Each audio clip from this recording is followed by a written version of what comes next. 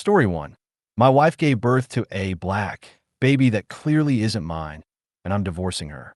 But I'm worried about the relationship between my two kids and their new half-sister. About a month ago, my wife gave birth to a baby girl who is black. We're both white, so she eventually admitted that the baby was the result of a one-night stand she had last year. I've started the process of divorcing her, but due to our circumstances, our two sons, ages 2 and 4, her recent job loss from COVID, and the general cost of living, we're still sharing a home for now. It's far from ideal, but we're trying to keep things civil for the sake of the kids until everything is legally settled. Despite everything, I hold no ill will toward the baby. She's innocent in all of this. What's been harder to stomach is the reaction from people around us. Family members, coworkers, even some friends have made inappropriate, racially charged comments, fixating less on the betrayal and more on the race of the baby and the man my wife was with. That's not only wrong, it's offensive. What weighs most heavily on me now is how to protect and shape my son's understanding of all this as they get older. Right now, they're too young to grasp the complexities of what's happened. But one day, they'll have questions. I worry that they might come to see their half-sister as the reason for their parents' divorce, or worse, absorb some of the racist attitudes they've overheard from others. We live in a predominantly white suburb, and it's very possible that their half-sister will be the only black person they grow up around. I want to make sure they grow up understanding that the breakdown of our marriage was the result of adult choices, not their sister's existence, and that race has nothing to do with a person's worth, character, or place in our family. If anyone has advice on how to guide kids through this in a healthy, empathetic, and anti-racist way, especially in a mostly white environment, I'd really appreciate it. Comment 1.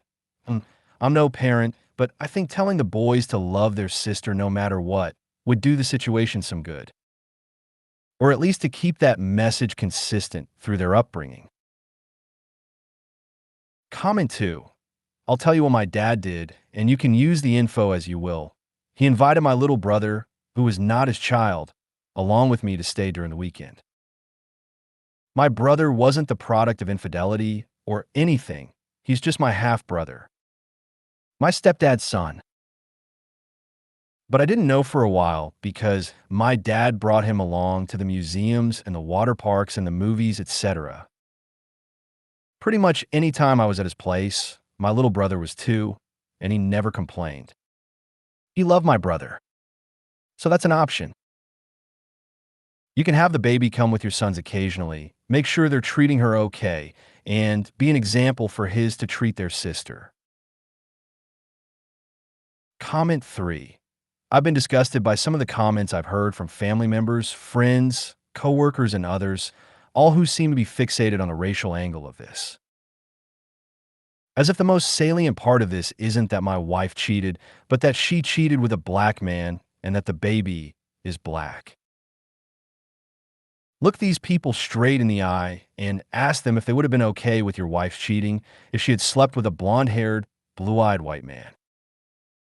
Also, if you can at all avoid it, don't leave your kids alone with any of these people. You'll need to be there to tell them, stop talking about my kid's sister like that. Comment 4. Firstly, I'm really sorry about saying this, but this must have been so awkward when the baby came out. It's like a scene from a comedy movie. The doctors/nurses must have felt so bad. Now that's over with. If you really want, just treat the child like you would any other child she had after you broke up. Story 2. Update. My wife gave birth to a biracial baby that clearly isn't mine, and I'm divorcing her. But I'm worried about the relationship between my two kids and their new half-sister.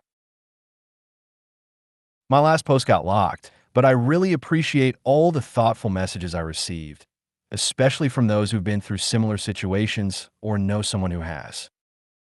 Your insights have been incredibly helpful. Also, a special thanks, sarcastically, to the flood of bigots who spam my inbox. If nothing else, you've helped me double down on what not to tolerate.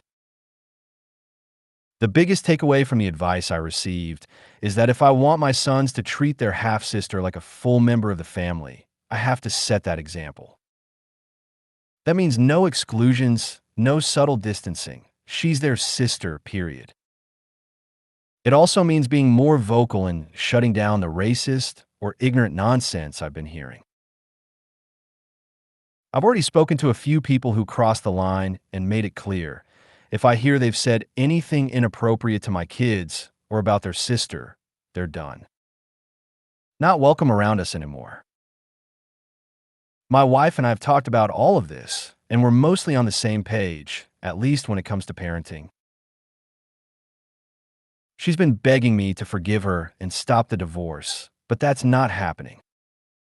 The affair ended things for me. Even if I could get past it, I just don't feel that kind of love for her anymore. What I do feel is a kind of respect and care for her as the mother of my children. Nothing more. The kids are doing about as well as can be expected. Our 4-year-old knows something's changed and seems a little unsettled, but he's easily distracted. The 2-year-old doesn't really grasp anything yet, though he's noticed his mom being more distant. The one bright spot is that they're both really curious about and sweet with their baby sister. My wife, on the other hand, is struggling. She was already showing signs of depression before the birth, and now with everything piling on, postpartum depression, the fallout from the affair, judgment from family and friends, exhaustion, she's barely functioning.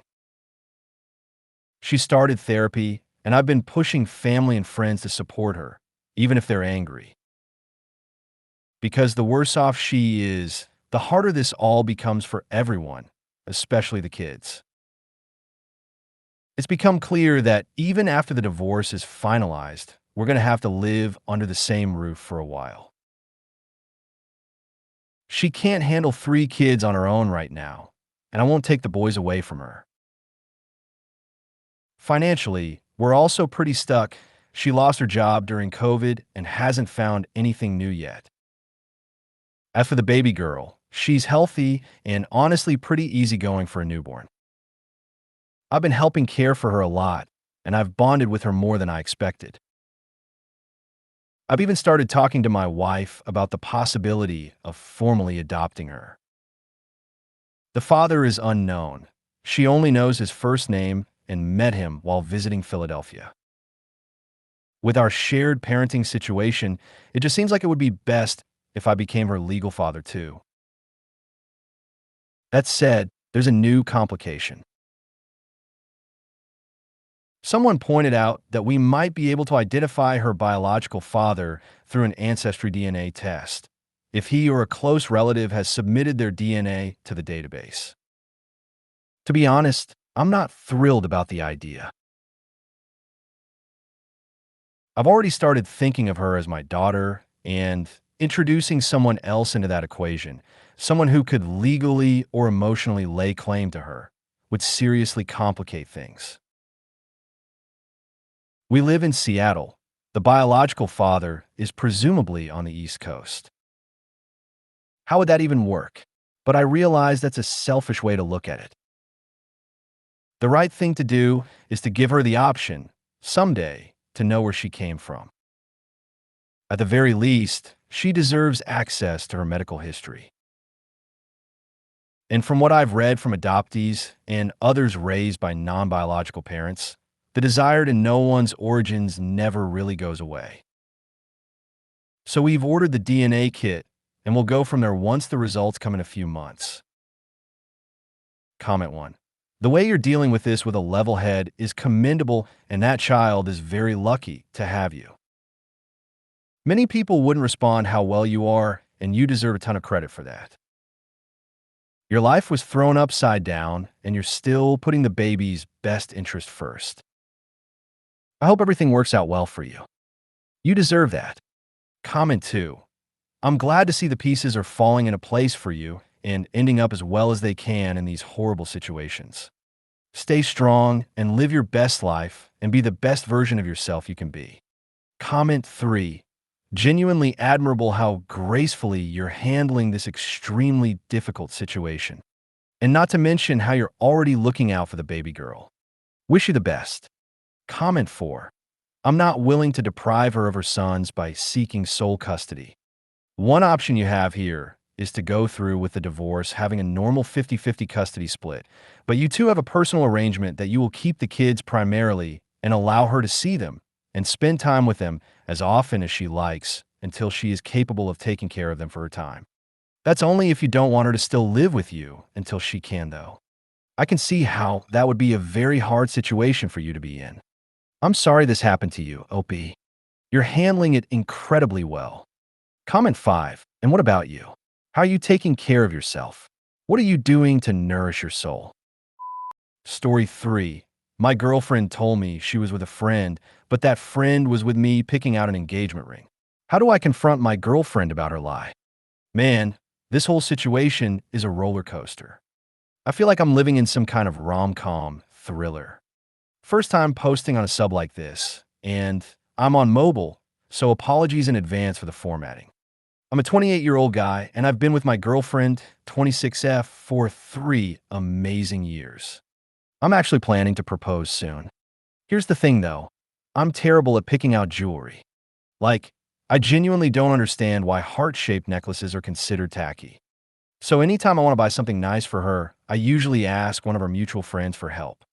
Luckily, I get along really well with her best friends, especially one of them. We'll call her Justine.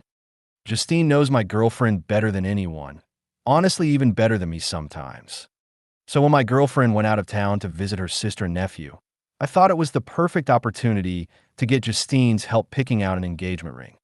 She came over to my place, and we started looking through some catalogs, but we weren't finding anything special. We figured it would be better to just go check out some stores in person. But I wasn't sure when my girlfriend would be home, so we came up with a clever way to find out. I texted her asking when she'd be back, under the pretense of ordering takeout and needing to time it right. Her response stopped me in my tracks. She said she'd be a few more hours because she was out shopping with Justine. Thing is, Justine was literally standing in my living room when that text came in. I showed her the message, and she looked just as confused as I felt. Now, my girlfriend is super spontaneous. It's not unusual for her to make last-minute plans with friends, so on any other day, I wouldn't have questioned it. But this was clearly a lie. When she came home, everything seemed totally normal. She acted like nothing had happened. I went along with it. We ate the takeout, watched some shows, cuddled on the couch. But I've been dying inside ever since. I can't stop thinking about it. We've always had a really open, trusting relationship. We tell each other everything. So this lie? It's eating me alive. I want to ask her about it so badly, but if I do, I'd have to explain how I know, and that would mean revealing I was picking out a ring with Justine. I really wanted the proposal to be a surprise. So now I'm stuck. Inoshelit. I don't know why, and I don't know how to bring it up without blowing the whole proposal. Do I just let it go? Try to forget about it? Because honestly, I don't know if I can. It's gnawing at me. Any advice would really mean a lot. Thanks for reading. Edit. Sorry I haven't been able to respond to comments yet. It's been a hectic day. I truly appreciate everyone who's taken the time to share advice and thoughts. Edit number 2. Still running around. It's been a wild day helping my parents with their move. I've never had this many comments on anything I've posted before. I'm planning to talk to her tonight once things settle down, and I'll post an update tomorrow. Comment 1. I know you say you can't tell her why you know, but I honestly think you should. You don't want this to bug you forever and propose to a girl that could be potentially hiding something. Just say you were hanging out with Justine because you needed help with a gift, so you know she wasn't with her. And see what she says. Trust and communication is important, and it would suck to know you proposed to a girl who could be doing you wrong, but also just as bad to sit there and let that lie eat you alive. Comment 2. Doesn't have to be the ring you were shopping for. You can tell her that you asked Justine for her input on a gift for you, and she was standing next to you when the text came in. However, what do you think the chances are Justine has not already tipped her off that you know she lied and has given her time to prep a story? Comment 3. Hey GF. I was hanging out with Justine today because I wanted her opinion on something that I was hoping to get for you. That being said, why did you tell me you were hanging out with Justine? Comment 4. See, I would have texted a selfie of you and Justine back to her. How do you know she wasn't with your best friend picking out a ring for you? Story 4. Update. My girlfriend told me she was with a friend, but that friend was with me picking out an engagement ring. How do I confront my girlfriend about her lie? Wow, my last post got way more attention than I ever expected. Honestly, it was kind of overwhelming. The number of people demanding an update felt a little surreal, like I wasn't a person in a real relationship going through a confusing moment, but more like a plot twist in some running drama series. Still, I get it. No hard feelings, haha. I just want to start by saying thank you. Genuinely. So many of you shared thoughtful advice, encouraging messages, and just pure kindness. It meant the world, and it really helped me find the courage and clarity to deal with everything directly. That said, phew, this up could be a lot sometimes. There were so many comments saying, she's cheating, it's over, or don't even confront her, just leave. And I get that people are trying to look out for others, but that kind of advice can seriously damage a relationship that just needs a little communication. Special shout out to the people who told me to hit my girlfriend, call me an embarrassment to my gender, or told me to encourage her to have an affair for the life experience. You genuinely made me laugh with how off the rails those takes were. Anyway, onto the actual update. I decided to just be honest with her. I thought about using one of the little white lies people suggested, but none of them held up. Saying I ran into Justine wouldn't make sense. I told my girlfriend I was staying home that day. And claiming Justine just popped over to help me pick out a random gift?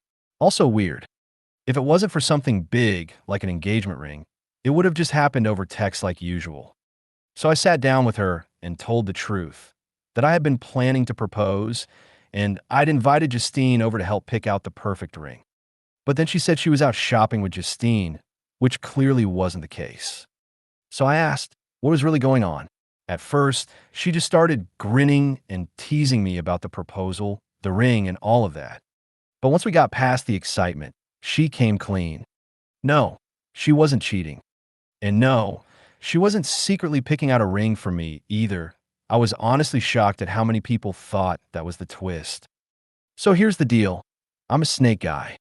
Grew up with them, love them, but I've never owned one in our relationship because my girlfriend's always been kind of squeamish about the idea. Totally fair, and I never pushed it. Well, turns out she's been doing her research. A lot of research. Buying and raising a snake, especially one that thrives in captivity, isn't like getting a cat or dog. It takes planning.